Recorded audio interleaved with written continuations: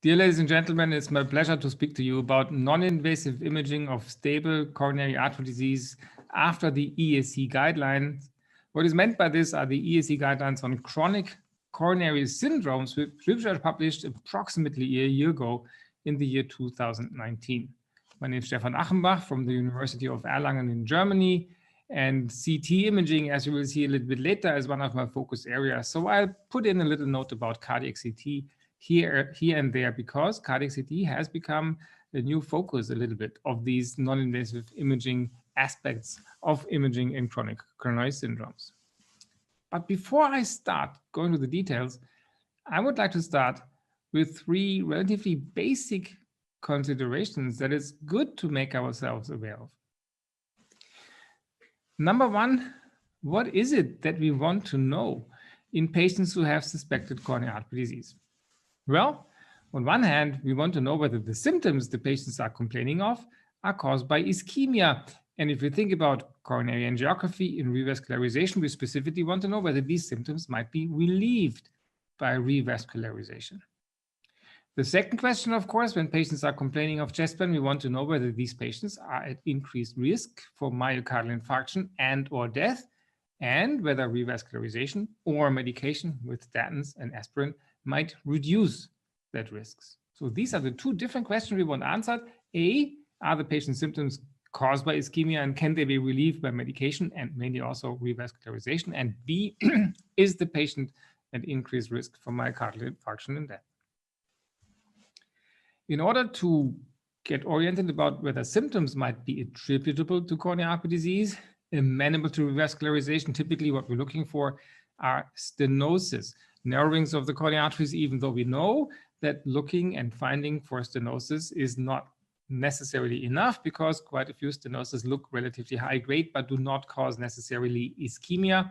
So typically a correlation of stenosis on one hand and ischemia on the other is needed before we know that a given atherosclerotic lesion in the coronary arteries causes stenosis, will benefit from revascularization. As far as the risk for events is concerned, even looking for stenosis is not enough, because as you all know, and probably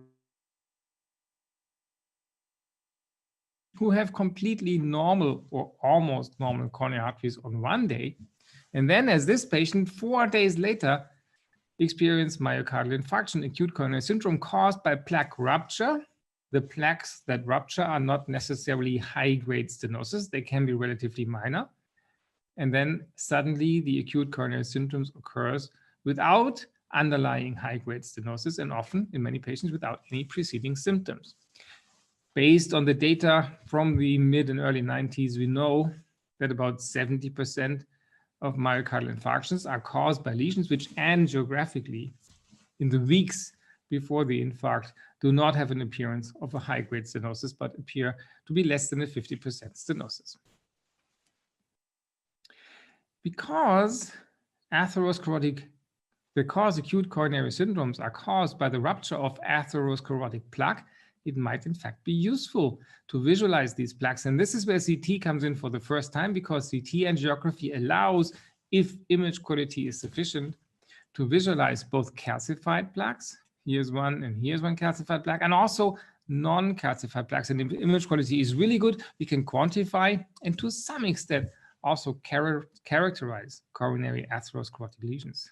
And since plaques are caused by, since acute coronary syndromes are caused by plaque rupture, intuitively, this might be useful to see, detect, or rule out coronary atherosclerotic plaque by cardiac CT. In fact, there is some data that indirectly indicates that using CT to work up patients with suspected coronary artery disease might be beneficial. Most frequently cited is the Scott Hart trial, 4,200 patients with suspected coronary artery disease in Scotland. They were randomized to receive as the first diagnostic test either coronary CT angiography or standard of care. The standard of care in most cases was exercise EKG testing, not the standards that you have in the US mainly, where ischemia imaging, SPECT, for example, is often used as the first test. Anyways, these patients were worked up either by CT or by exercise testing. And it turns out that after 5 years, the rate of non-fatal myocardial infarction in the standard of care arm, 3.9%, was significantly higher than in the CT angiography arm, 2.3%.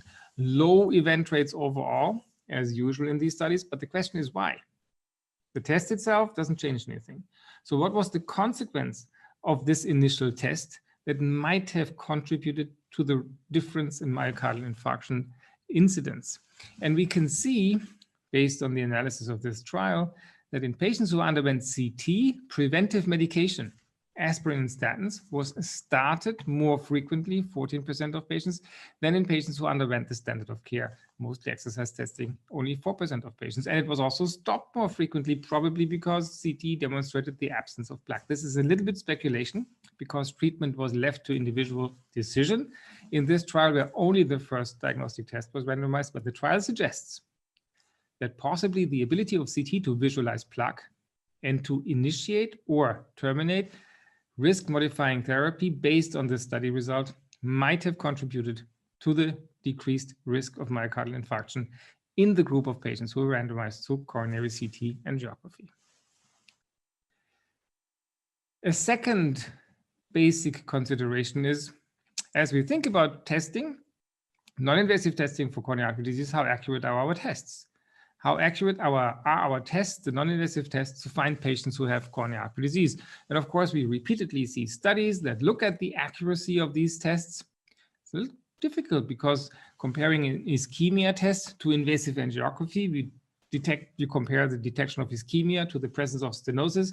So these test results also always have to be taken with a grain of salt. But here is one very recent example, which compared in a large cohort of almost 800 patients, magnetic resonance stress imaging combined with late enhancement, function and rest imaging, so a complete magnetic resonance protocol. Compared this to invasive angiography, and mainly based on the identification of stress perfusion defects, found a sensitivity of 79% and a specificity of 87% to identify stenosis of 70% or more in the invasive angiogram. Sensitivity approximately 80%, specificity 87% for stress myocardial and magnetic resonance imaging. And similar comparisons, of course, are available for all kinds of tests. The guidelines that I mentioned at the beginning undertook a review of the available evidence as far as accuracy is concerned for the non-invasive tests. And you can see exercise EKG has a poor sensitivity and a good specificity. Counterintuitively, often we assume the opposite. But in unbiased trials, sensitivity is low and specificity is pretty good. PET, of course, has excellent sensitivity and specificity, and excellent means about 85%. SPECT also in the 70 to 85% region. Stress echo around 85%. Stress MR, as we just saw, about 90% sensitivity, 80% specificity. If you take the pooled available data, the recent trial had better specificity but lower sensitivity. Coronary CTA, 96% sensitivity, 82% specificity. In general, you can say that if these studies performed by experts, the sensitivity and specificity, of course, will range from patient to patient, but will be approximately in the 85% range. That's probably a reasonable assumption, potentially with the exception that the sensitivity of coronary CTA is close to 100%. But 85% seems to be a reasonable value. This is how accurate our tests are to find patients with coronary artery disease based on non-invasive testing. And a third question, a third basic consideration, which at first seems almost ridiculous to ask, is testing always useful? Is testing always contributing towards knowing more about the patient? Or other way of phrasing this is, after the test, do we know more about the patient's condition than before the test? Typically, we would assume yes, but is this really the case? When we see a patient who has complaints, for example, a patient who complains of chest pain, and we think, does this patient have coronary artery disease? We typically estimate a pre-test likelihood. Before performing any other tests, we try to assign a likelihood to this patient. Definitely, this is something, probably, I don't think so. So we give the patient something on a spectrum continuity of likelihood that the patient may or may not have disease. And typically then the next idea is to perform a test in any disease. It can be a blood test, it can be an imaging test, or whatever other test. And the idea is that in general, if I perform a test, I will know more about the patient after the test than I did before the test. The test will give me a clearer picture. The test will give me a better estimation of the likelihood that this patient has disease. So conventional thinking that we all typically do is that after a test, the likelihood of disease assigned to a given patient is closer to reality than before the test. So we conclude that typically testing will be helpful, but is this really the case? We have to consider that no test is 100% accurate.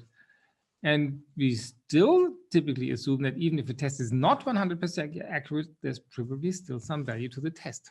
But let's look at a hypothetical group of patients who have coronary artery disease. And we know that our tests for obstructive coronary artery disease, our non-invasive tests, have a sensitivity and specificity of approximately 85%, which means that 85% of test results will be correct and about 15% of test results will be incorrect. So now let's look at a large group now of 1,100 patients, 100 of which have disease. We have 100 patients with disease. We have a sensitivity of 85%. So 85 of these 100 patients will be detected and 15% will be incorrectly classified as not having disease. 85 correct, 15 incorrect. We have 1,000 patients without disease. So with a specificity of 85%, we will identify 850 correctly as healthy and 150 will incorrectly be classified as having disease, even though they do not. Specificity 85%. If we sum this up, we will have a total of 935 patients with the correct diagnosis and 165 patients with an incorrect classification. However, had we simply assumed that all patients are healthy, we would have 1,000 patients classified correctly and only 100 patients classified incorrectly. So you can see that performing a test classifies fewer patients correctly than we would have classified correctly had no test been performed. Sometimes, as a result of performing a test, the assessment of the patient after the test is worse than it was before. This is true in particular for very high and very low pretest likelihoods. Or as a consequence, the value of diagnostic testing depends on the pretest likelihood. Sometimes it may actually be better to not use any test. And it also depends on how the test performs in patient cohorts with low, intermediate, and high prevalence of disease. So the three very basic considerations: what do we want to know in patients with suspected coronary artery disease? We want to know about whether the symptoms are caused by coronary disease and how the prognosis of the patient is. How accurate are our tests to find patients with coronary artery disease? In general, approximately 85%. And is testing always useful? Not necessarily. In very low and very high pretest likelihood situations, performing a test might potentially give us a worse estimation of the patient's true likelihood of having disease than if no test had been performed. So now back to the guidelines. The 2019 ESC guidelines for the diagnosis and management of chronic coronary syndromes, they start with pretest likelihood, and they show us that even patients presenting with relatively typical symptoms, even in patients at somewhat higher age, the pretest likelihood for having coronary artery disease is not extremely high. Typical atypical non-angular chest pain, 70-year-old male, non-angular chest pain, pretest likelihood 22%. They also list dyspnea as a possible symptoms, and the likelihood assigned with dyspnea is approximately the same as that with atypical symptoms. Notably, the guidelines point out that the availability of information about multiple risk factors in a patient, the presence of an abnormal EKG, and importantly also wall motion abnormalities in echocardiography, here you can see an anterior wall motion problem, will significantly change the pretest likelihood assigned to the patient. The likelihood of coronary disease is modified substantially if there's an abnormal EKG, if there's a wall motion abnormality in echocardiography. And this is why the guidelines say that in every patient with suspected coronary artery disease, with suspected chronic coronary artery disease, a resting TTE should be performed. This is a class 1 recommendation, should be done to look at alternative diagnosis, aortic stenosis and other diseases, to look at identification of regional wall motion abnormalities that increase the likelihood for coronary artery disease, and to also measure left ventricular ejection fraction. So the guidelines point out that you assess the pretest likelihood based on gender, age, and the nature of symptoms, but a normal exercise EKG will decrease the likelihood. An abnormal exercise EKG will increase the likelihood. Left ventricular dysfunction will increase the likelihood. Risk factors for cardiovascular disease will increase the likelihood. For all of this, there are no numbers, but it needs to be sort of integrated in the physician's estimate of how high the patient's pretest likelihood for having coronary artery disease actually is. And then a spectrum of tests is available that can be chosen. Imaging stress tests such as SPECT, stress echo, or stress CMR, CT angiography, and we know that all of these tests have accuracies in the about 80 to 85% range. Stress EKG is not recommended because the sensitivity is relatively low. The guidelines emphasize that revascularization should usually not be done based on a single test alone. Even if you perform invasive angiography, FFR should be done to assess the presence of a high-grade stenosis if no ischemia test is available, unless the stenosis is more than 90%. If you do CT angiography as a test, then stress testing needs to be done to demonstrate whether the lesion seen here actually causes ischemia. Alternative, you can go to invasive angiography and perform FFR or IFR. And finally, even if you perform non-invasive testing for ischemia, then the next test will have to be coronary angiography, potentially also with FFR and IFR added if there are multiple stenosis seen and it's not completely clear which stenosis of these causes ischemia and which does not. The guidelines suggest a system that actually makes it clear that often more than one test will be needed to get complete information. And the patient can enter this system of several tests at various points. Patients can go to coronary CTA, patients can go to non-invasive testing for ischemia, and some patients even to invasive coronary angiography as the first test. Invasive coronary angiography only in few patients, preferentially considered in those who have very high clinical likelihood and typical symptoms refractory to medical therapy. There, it might make sense, especially if there's also left ventricular dysfunction suggestive of coronary artery disease, to move immediately to invasive angiography. This is what the guidelines say. Coronary CTA preferentially considered if there's a relatively low clinical likelihood that the patient has disease, but also if the patient has characteristics that promise high image quality, local expertise is available, and a high-end CT scanner can be used. And finally, non-invasive testing for ischemia, preferentially considered in those who have a relatively high clinical likelihood of finding disease, and particularly when there's a wall motion problem in echocardiography, so that the physician also wants to know about viability, because the non-invasive testing for ischemia typically also includes viability imaging, which is important information when proceeding to invasive angiography. If an stenosis of more than 90% is found in invasive angiography, or if a stenosis is found that has an established correlation to ischemia, either based on non-invasive testing or based on invasive FFR, then revascularization would be indicated. This is another way in which the guidelines display this choice of testing that is available to the physician. No testing in very low pretest likelihood situations, potentially immediately invasive angiography with the availability of FFR or IFR in the very high pretest likelihood. And in between, you can choose either coronary CTA or testing for ischemia, SPECT, stress MR, stress echocardiography. And the choice of test is based on the clinical likelihood that the patient has disease, on patient characteristics and also patient preference, on the availability of a test, and also, importantly, on local expertise. It is new in these guidelines that coronary CTA is labeled as the preferred test in patients who have a low range of clinical likelihood, no previous diagnosis of coronary artery disease because it's difficult to image patients who already have stents, for example, and who have characteristics associated with a high likelihood of good image quality, typically meaning relatively low heart rate, definitely irregular heart rate, and the absence of severe obesity.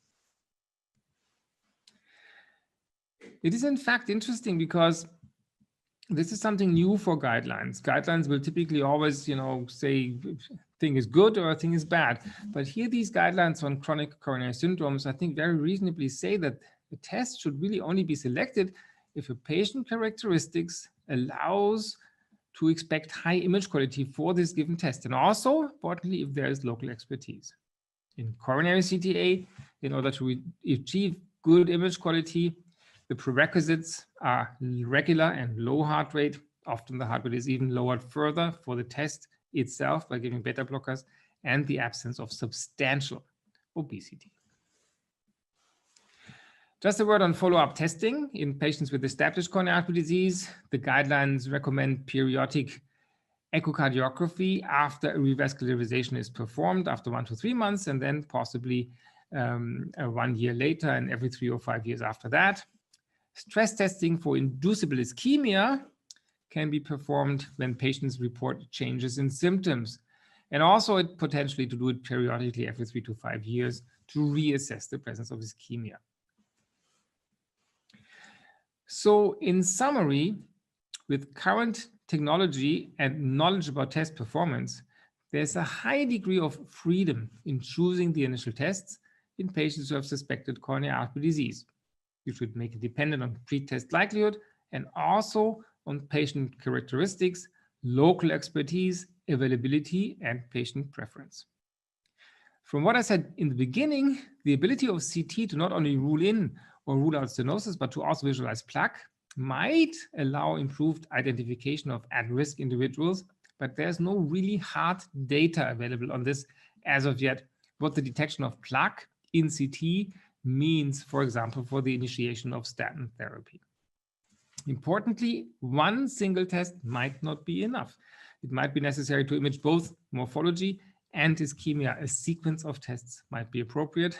And invasive angiography should be regarded as a test and not as an automatic route to PCI. Unless stenosis of more than 90% are present, the demonstration of ischemia associated with this stenosis, either by FFR or by non-invasive testing, is required before proceeding to revascularization. With this, I would like to thank you very much for your attention, and thank you once again for being part of this presentation.